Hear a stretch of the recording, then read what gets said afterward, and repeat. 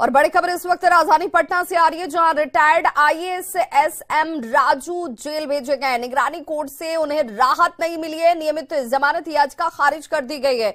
भ्रष्टाचार के आरोप में जेल भेजा गया है। सरकारी राशि गबन का उनके ऊपर आरोप, जिसे लेकर राहत उन्हें नहीं मिली है। नियमित जमानत याचिका उनकी तरफ से दी गई थी, बट इस याचिका को खारिज कर दिया गया है। गबन का आरोप उनके ऊपर, सरकारी राशि के गबन का आरोप। महादलित विकास मिशन के कार्यपालक पदाधिकारी रहते हुए गबन किया गया और इसी आरोप में वो राहत की उम्मीद कर रहे थे, लेकिन उन्हें राहत नहीं मिली है और जेल जाना पड़ा है।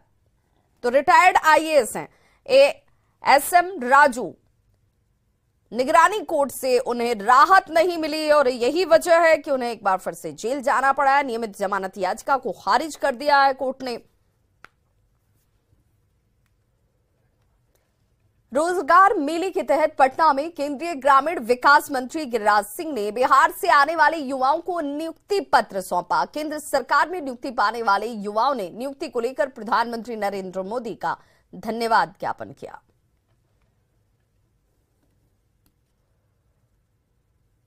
मुझे ईपीएफओ में इन्फोर्समेंट ऑफिसर और अकाउंट ऑफिसर के पोस्ट पे यहाँ पे नौकरी मिली है और इससे मैं बहुत खुश हूँ और मेरे परिवार में भी सभी बहुत खुश हैं सर। इससे पहले कोई नौकरी था?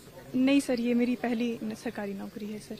मेरी नियुक्ति हाल ही में आयोजित प्रथम रोजगार मेला के तहत केंद्रीय उत्पाद शुल्क एवं निरीक्षक के पद पर हुई है और मैंने प्रारंभ मॉड्यूल के 8 कोर्सेज कंप्लीट करे हैं, जिन्होंने मुझे सबसे पहले जो उनके शुरुआती भाग हैं उन्होंने हमारे ऑफिस में क्या हमारे कर्तव्य होंगे, क्या हमारे व्यवहार होंगे, इस बारे में बताया गया है। और शेष भाग में ये हमारे skill development and capacity building पे फोकस करा गया है।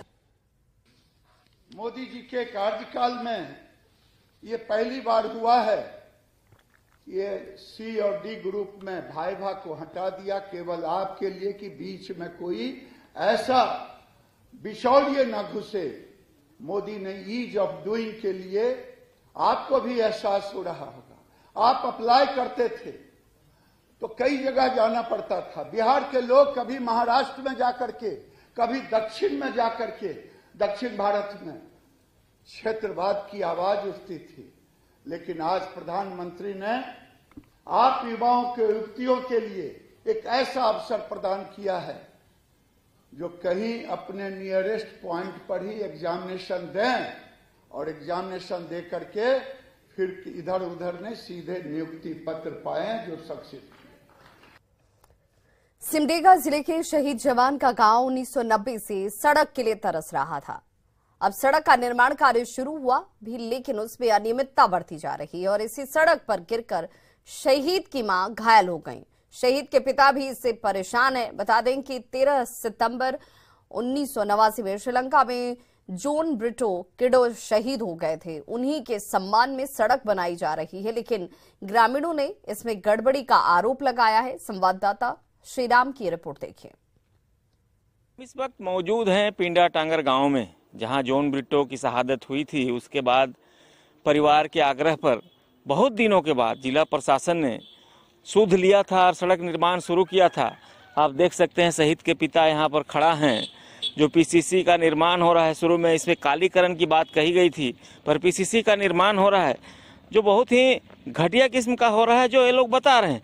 जॉन ब्रिटो के घर तक जाने के लिए पीसीसी जो किया गया है उसको देख लीजिए। जो बुजुर्ग हैं उनके पिता, वो यहाँ पर टीवीएस तक नहीं चढ़ा सकते हैं, बहुत मुश्किल से आना जाना वो कर रहे हैं। पर ठेकेदार हो, इंजीनियर हो, सभी को बोलते रहते हैं कि बनाएं सड़क को, हमारा घर तक जाने के लिए बनाएं, लेकिन कोई नहीं सुन रहा है। जॉन ब्रिटो जी के पिताजी हैं, उनसे बात करेंगे। हाँ बाबा, बताएं आखिर सड़क जो बन रहा है उसमें क्या परेशानी हो रही है आपको?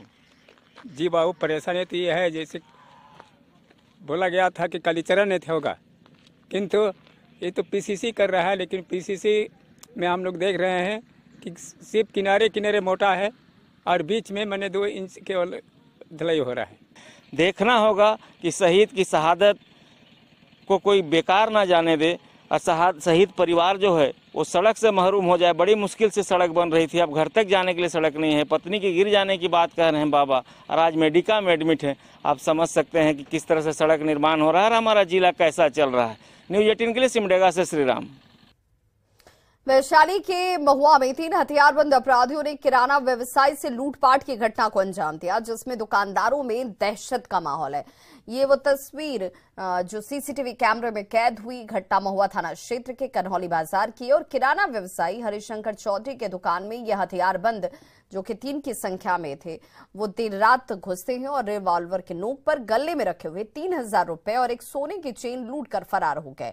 और लूटपाट की ये पूरी वारदात दुकान में लगे हुए सीसीटीवी कैमरे में कैद हो गई, जिसमें साफ साफ दिख रहा है कि 3 बेखौफ अपराधी हथियार लेकर दुकान में घुसते हैं और हथियार के बल पर ही दुकान में बैठी एक लड़की और एक बुजुर्ग महिला से लूटपाट कर आराम से फरार हो जाते हैं।